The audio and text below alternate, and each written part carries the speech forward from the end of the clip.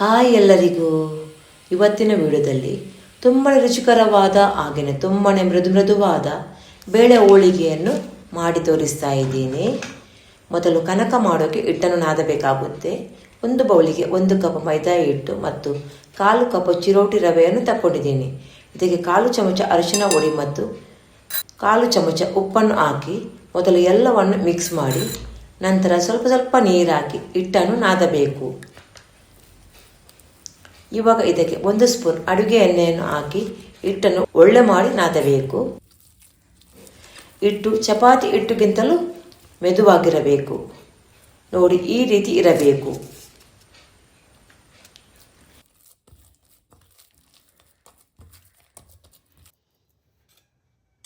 ಇದರ ಮೇಲೆ ಸ್ವಲ್ಪ ಎಣ್ಣೆಯನ್ನು ಸವರಿ 2 ಗಂಟೆ ಕನಕ ನೆನೆಯೋಕೆ ಬಿಡ್ತೀನಿ. ನಿಮ್ಮ ಹತ್ರ ಟೈಮ್ ಇಲ್ಲಾಂದರೆ 1 ಗಂಟೆ ಆದರೂ ಇಟ್ಟರೆ ಸಾಕು. ಇವಾಗ ಹೂರಣ ಮಾಡೋಕ್ಕೆ ನಾನು ಇಲ್ಲಿ 1 ಕಪ್ ತೊಗರಿಬೇಳೆಯನ್ನು ತಗೊಂಡಿದ್ದೀನಿ.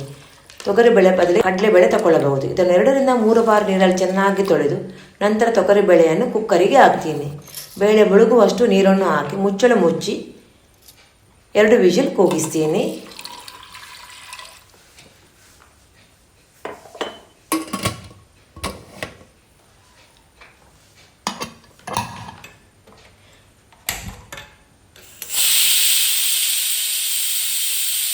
ಕುಕ್ಕರ್ ತಣ್ಣಗಾಗಿದೆ. ನೋಡಿ, ಬೇಳೆ ಬೆಂದಿದೆ. ಇಷ್ಟು ಬೆಂದರೆ ಸಾಕು, ಯಾಕಂದರೆ ಮತ್ತೆ ಮಿಕ್ಸಿಯಲ್ಲಿ ರುಬ್ಬಕ್ಕೆ ಉಂಟು. ಇವಾಗ ಬೇಳೆಯನ್ನು ಒಂದು ಬೌಲಿಗೆ ಹಾಕ್ತೀನಿ. ಸ್ವಲ್ಪನೂ ನೀರಿಲ್ಲ. ಇವಾಗ ಪ್ಯಾನಿಗೆ ಕಡಲೆಬೇಳೆ ಹಾಕ್ತೀನಿ. ಹಾಗೆಯೇ 1 ಕಪ್ ಬೆಲ್ಲ ಹಾಕ್ತೀನಿ. ನಿಮ್ಮ ರುಚಿಗೆ ಅನುಸಾರವಾಗಿ ಬೆಲ್ಲವನ್ನು ಹಾಕಿ. ಹಾಗೆಯೇ 1 ಕಪ್ ಹಸಿ ತೆಂಗಿನ ತುರಿ, ಸ್ವಲ್ಪ ಏಲಕ್ಕಿ ಪುಡಿ ಮತ್ತು ಚಿಟಿಕೆಯಷ್ಟು ಉಪ್ಪನ್ನು ಹಾಕಿ ಗ್ಯಾಸ್ ಸ್ಟವ್ ಆನ್ ಮಾಡಿ ಎಲ್ಲವನ್ನು ಒಳ್ಳೆ ಮಾಡಿ ಮಿಕ್ಸ್ ಮಾಡ್ತೀನಿ.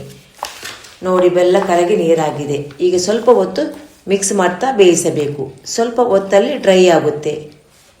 ನೋಡಿ, ನೀರಿನ ಅಂಶ ಕಡಿಮೆ ಆಗಿದೆ. ಇವಾಗ ಗ್ಯಾಸ್ ಸ್ಟವ್ ಆಫ್ ಮಾಡಿ ಬೇಳೆ ಮಿಶ್ರಣವನ್ನು ತಣ್ಣಗಾಗೋಕ್ಕೆ ಬಿಡ್ತೀನಿ. ನೋಡಿ, ಬೇಳೆ ಹೂರಣ ತಣ್ಣಗಾಗಿದೆ. ಇವಾಗ ಸಣ್ಣ ಮಿಕ್ಸ್ಚರ್ಗೆ ಸ್ವಲ್ಪ ಮಿಶ್ರಣ ಹಾಕಿ ನುಣ್ಣಗೆ ರುಬ್ಬಬೇಕು. ನೀರು ಸೇರಿಸಬಾರದು. ನೋಡಿ, ಈ ರೀತಿ ಎಲ್ಲವನ್ನು ಇದೇ ರೀತಿ ರುಬ್ತೀನಿ. ನೋಡಿ, ಹೂರಣ ಈ ರೀತಿ ಇರಬೇಕು.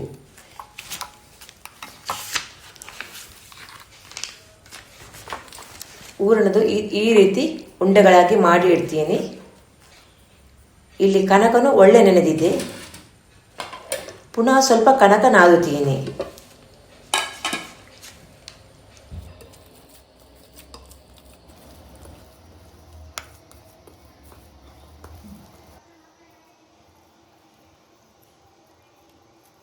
ಒಂದು ಪೋರ್ಷನ್ ಕನಕ ತಗೊಂಡ್ರೆ 2 ಪೋರ್ಷನ್ ನಾವು ಹೂರಣವನ್ನು ತಗೊಳ್ಬೇಕಾಗುತ್ತೆ.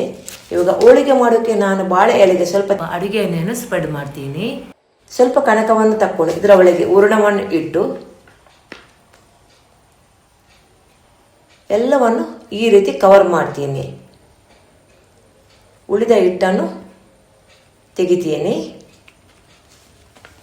ಇವಾಗ ಮೊದಲು ಕೈಯಲ್ಲಿ ಸ್ವಲ್ಪ ಸ್ಪ್ರೆಡ್ ಮಾಡಿ ನಂತರ ಇದರ ಮೇಲೆ ಒಂದು ಪ್ಲಾಸ್ಟಿಕ್ ಕವರ್ ಇಟ್ಟು ಈ ರೀತಿ ಸ್ಪ್ರೆಡ್ ಮಾಡ್ತಾ ಹೋಗಬೇಕು.